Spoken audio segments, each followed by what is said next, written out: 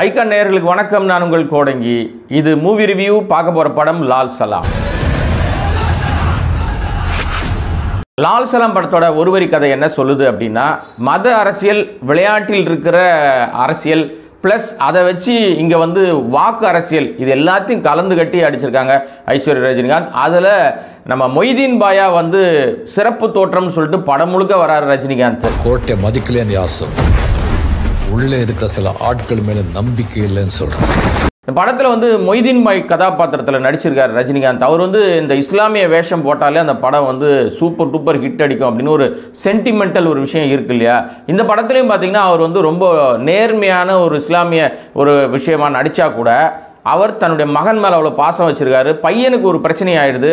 அதை செஞ்சவன் இன்னொரு மாற்று மதத்தை சேர்ந்தவனாலும் தன்னால் வளர்க்கப்பட்டவன் போது அந்த முடிவெடுக்க முடியாமல் திணற விஷயமா இருக்கட்டும். ராஞ்சி கோப்பைக்கு தேர்வான பையனுடைய வாழ்க்கை போயிருச்சு, ஒரு சின்ன பிரச்சனையினால கை துண்டாயிருச்சு அப்படின்னு சொல்லி பதட்டப்படுற இடமா இருக்கட்டும். மொய்தீன் பாயா எந்தெந்த இடத்துல அவர் ஆக்ரோஷம் காட்டணுமோ, எந்தெந்த இடத்துல ஒரு பெரிய பாண்டிங், ஃபேமிலி பாண்டிங் காட்டணுமோ, குழந்தையா எப்படி இருக்கணுமோ, அந்த மாதிரி எல்லா இடங்களிலும் ரஜினிகாந்த் அவருக்கு உரிய ஒரு விஷயத்தை ரொம்ப அழகாக பண்ணியிருக்காரு. இந்த படத்தில் அவர் பேசின டயலாக்கும் அவர் பேசின விஷயங்கள் தான் அவரை அடுத்த கட்டத்தை நோக்கி நகர்த்துது. என்ன சொல்கிறார் அப்படின்னா, வணங்குற கடவுள் வேறு வேறு விஷயமா இருக்கலாம், அந்த வழிமுறைகள் வித்தியாசமாக இருக்கலாம், அதுக்கான நம்ம செய்கிற விஷயங்கள்லாம் வேறு வேறு இருக்கலாம். ஆனால் நம்மெல்லாம் ஒன்றா சேர்கிற இடம் நம்ம அன்பை மட்டும்தான் சொல்லணுன்ற மாதிரி சொல்லாமல் சொல்லியிருக்கார் ரஜினிகாந்த். அவர் மேலே ஒரு பெரிய ஒரு குற்றச்சாட்டு ஓடிக்கிட்டே இருக்குல்ல. எல்லா இடங்களையும் அவர் ஒரு குறிப்பிட்ட சாராருக்கு மட்டுமே அவர் சொந்தமானவர்ன்ற மாதிரி சீனை போட்டு கிரியேட் பண்ணுறாங்க. ஆனால் அதெல்லாம் கிடையாதுங்க. நான் எப்போவுமே எல்லாருக்கும் பொதுவானவன்னு நெத்தி போட்டில் அடித்த மாதிரி இந்த படத்தின் மூலமாக சொல்லியிருக்காரு. சிம்பிளாக சொல்லணும், வெளிப்படையாக சொல்லணும், ஓப்பனாக சொல்லணும்னா நான் சங்கி இல்லை அப்படின்றத. ஏன்னா அந்த ஆடியோ லான்ச்சில் அவங்க பொண்ணு சொன்னாங்க, எங்கள் அப்பா சங்கி இல்லைங்க, இந்த படம் பார்த்தா உங்களுக்கே புரியும். நாங்கள் அப்போ புரியல, இப்போ புரியுது. ஏன்னா அந்த படத்தில் அவர் பேசுகிற டயலாக், அவர் பேசின விஷயங்கள் எல்லாமே ரொம்ப தெளிவாக இஸ்லாமியர்களோடு, குறிப்பாக நீ மாற்று மதம்ன்றது தாண்டி இஸ்லாமியர்களோடு நான் ரொம்ப நெருக்கமானவன், என்னை நீங்கள் பயன்படுத்தவே முடியாது, உங்கள் அரசியலுக்கு, வாக்கு அரசியலுக்கு ரஜினிகாந்த் உடன்பட மாட்டார்னு குறிப்பிட்ட ஒருத்தருக்கு தெளிவுபடுத்தியிருக்காருன்னு தான் இந்த படத்தின் மூலம். அதுவும் பாருங்கள், எலெக்ஷனுக்கு முன்னாடி வந்திருக்குங்க. இன்னும் 2-3 மாதத்துக்கு முன்னாடி எலெக்ஷனை நம்ம சந்திக்க போகிறோம்.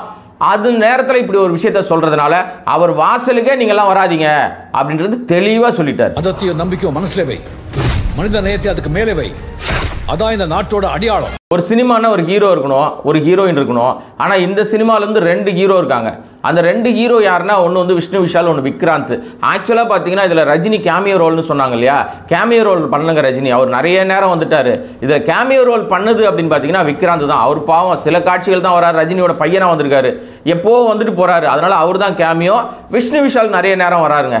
ஆனால் இந்த 2 பேர்லேயே பார்த்தீங்கன்னா விஷ்ணு விஷாலுடைய அந்த கதாபாத்திரம், அவர் நடிச்சிருக்கிற ஸ்கோர் பண்ணுற இடங்கள்லாம் கொஞ்சம் ஓகேவாக இருக்குது. விக்ராந்துக்கு பாவம் கஷ்டப்படுறாரு, ட்ரை பண்ணுறாரு, சுட்டு போட்டாலும் வரமாட்டேங்குதுங்க. என்ன வச்சுக்கிட்டா வஞ்சனை பண்றாரு அவர் அவ்வளவுதான் முடியுது. ஆனா அவர் நெகட்டிவ் ஷேட் பண்ணாருன்னா ஓரளவுக்கு எடுபடும் போல இருக்கு. இதுல கூட 1-2 இடங்கள்ல அந்த மாதிரி முகத்தை காட்டி பார்க்கறாரு. அதுதான் செட் ஆகும். ஹீரோ அப்படின்ற விஷயம் அவரு பொருந்த மாட்டேங்குது. சம்பாதிச்சா வீட்டுக்கு பெருமை, பையன் சாதிச்சா நாட்டுக்கே பெருமை. படத்தை இயக்குனது ரஜினிகாந்துடைய மகள் ஐஸ்வர்யா ரஜினிகாந்த். ஒரு பெண் இயக்குனர் அப்படின் போது அந்த இயக்குனர் பற்றி சொல்றதுக்கு முன்னாடி அதில் கதாநாயகின்னு ஒன்று இருக்குல்ல, அதை சொல்லலைன்னா எப்படிங்க வருத்தப்படுவாங்கல்ல. தான்யா ஏற்கனவே இந்த அம்மா எப்போவோ ஒரு வருஷத்துக்கு முன்னாடி நம்ம தமிழர்கள் குறித்து கொச்சையாக பேசிட்டாங்க, தவறாக பேசிட்டாங்க, ஆபாசமாக பேசிட்டாங்க, அருவருப்பாக பேசிட்டாங்கன்னு அவங்க மேலே பயங்கர காண்டாகி இப்போ திருப்பி தேவையில்லாமல் கிளறி விட்டாங்க. நாம கூட யோசித்தோம் பெரிய லெவலில் ஏதோ வாய்ப்பு கொடுத்துருப்பாங்க போல இருக்கு. கடைசியில் பார்த்தா தான் தெரியுது அது ஒரு கேமியோ ரோலுங்க. வருது போது ஒன்றும் இல்லை. அதை எதுக்கு பெருசாக தூக்கி பிடிச்சாங்கன்னு தெரியல, விட்டுருங்க. இப்போ இயக்குனர் கிட்ட வந்துடலாம். ஐஸ்வர்யா ரஜினிகாந்தோட கதை, அவர் சொன்ன விஷயம் இருக்குல்ல, ஆக்சுவலாக கொஞ்சம் லென்த்தியாக சொல்லணும்னு ட்ரை பண்ணியிருக்காங்க. அது மட்டும்தான் சலிப்பாக இருக்கு. படத்தில் நிறைய விஷயம் சொல்கிறாங்க. அதான் கிரிக்கெட் அரசியல்னு சொல்கிறாங்க, அப்புறம் மத அரசியல் சொல்கிறாங்க. இதை தாண்டி எப்படி ஒன்று மண்ணா பழகிற குடும்பத்துக்குள்ள, அதுவும் வேற்று மதமாக இருந்தாலும் ஒன்று மண்ணா கிராமத்துக்குள்ள இருக்கிறவங்களுக்கு எப்படி பிரிவினை உருவாகுதுன்றத, நம்ம கள அரசியல், இன்னைக்கு இருக்கிற கரண்ட் அரசியல் எப்படி யூஸ் பண்ணிக்கிறாங்கன்றதையும் ரொம்ப அழகாக அவங்க சொல்கிறாங்க. எனக்கு என்ன ஒரே ஒரு விஷயம்னா, அப்பாவுக்காகவே இந்த கதையை அவங்க எழுதியிருப்பாங்களோ. ஏன்னா அப்பாவை வச்சு பயன்படுத்த பார்க்குற சில அரசியல் கட்சிகள், குறிப்பாக பாஜக, இதுக்கு எதிராக நிறைய விஷயத்த அப்பா சொன்னால் சிக்கலாயிடும், நம்ம ஒரு சினிமா மாதிரி சொல்லிடலாம்னு சொல்லிட்டு ஐஸ்வர்யா வந்துட்டாங்களான்னு தெரியல. எனிவே இந்த லைன் எடுத்ததுக்காக அவங்கள பாராட்டலாம். ஆனால் இந்த லென்த்தையும் நிறைய நரேட் பண்ணுற இடத்துலையும் கொஞ்சம் கத்திரி போட்டுட்டு இன்னும் கொஞ்சம் பெட்டராக பண்ணியிருந்தாங்கன்னா லால் சலாம் அவங்களுக்கு ஒரு பெரிய பேரை பெற்று கொடுத்துருக்கோம். எந்த ஊர் சாமியாக இருந்தாலும், யாரு கும்பிடுற சாமியாக இருந்தாலும் சாமி தான்.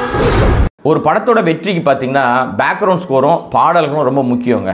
அதுதான் உயிரோட்டத்தை கொடுக்கும்னு சொல்லுவாங்க. அதுவும் ஏஆர் ரஹ்மான் ஒரு படத்தில் இருக்காருன்னு சொன்னால் நிச்சயமாக அது பெரிய பேசு பொருளாக மாறும்லாம் சொல்லுவாங்க இல்லையா. ஆக்சுவலாக பார்த்தீங்கன்னா இந்த படத்தில் ஏஆர் ரஹ்மான் இருக்காரான்னு தேட வேண்டியது இருக்குது. ஏன்னா ஆர்ஆரும் பெருசாக அவருக்கு கை கொடுத்த மாதிரி தெரியல. அவருக்கு கை கொடுத்ததோ இல்லையோ கண்டிப்பாக காசு வாங்கியிருப்பார், அவர் கை கொடுத்துருக்கோம். பார்க்குற நம்ம தானே காசு கொடுத்து பார்க்குற நம்ம தானே வந்து மாட்டிக்கிட்டோம். அதனால் நமக்கு ஒன்றும் அது கை கொடுத்த மாதிரி தெரியல.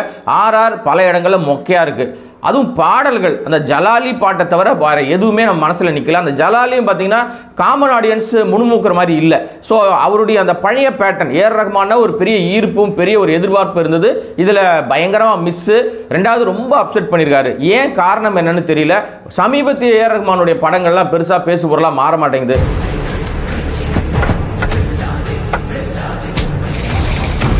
படத்தில் இன்னொரு முக்கியமான கேரக்டருங்க செந்தில். ரொம்ப நாளுக்கு அப்புறமா நடிக்க வந்திருக்காரு. யூஸ்வலாக நம்ம இதுக்கு முன்னாடி எப்படி பார்த்துருக்கோம்னா கவுண்டம் பண்ணிக்கிட்டு அடி வாங்கிட்டே இருப்பார். அதுதான் நம்ம பார்த்துருக்கோம். இந்த படத்தில் பார்த்தீங்கன்னா ரொம்ப சென்டிமெண்டலாக வித்தியாசமான ஒரு அப்பாவாக வராரு அவர்.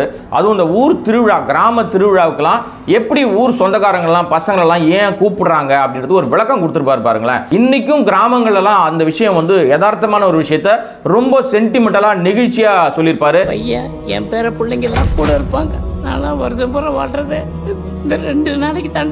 ஒட்டுமொத்தமாக இந்த படத்தை பற்றி சொல்லணும் அப்படின்னா ஹீரோன்னு சொன்னவங்களாம் கேமியோ ஆக்கிட்டு கேமியோன்னு சொன்ன ரஜினியை ஹீரோ ஆக்கின படம் தான் லால் சலாம். நான் தான் இந்த படத்துக்கு ஹீரோ. அதெல்லாம் காலையில சார், இப்ப கதையே மாறி போச்சு.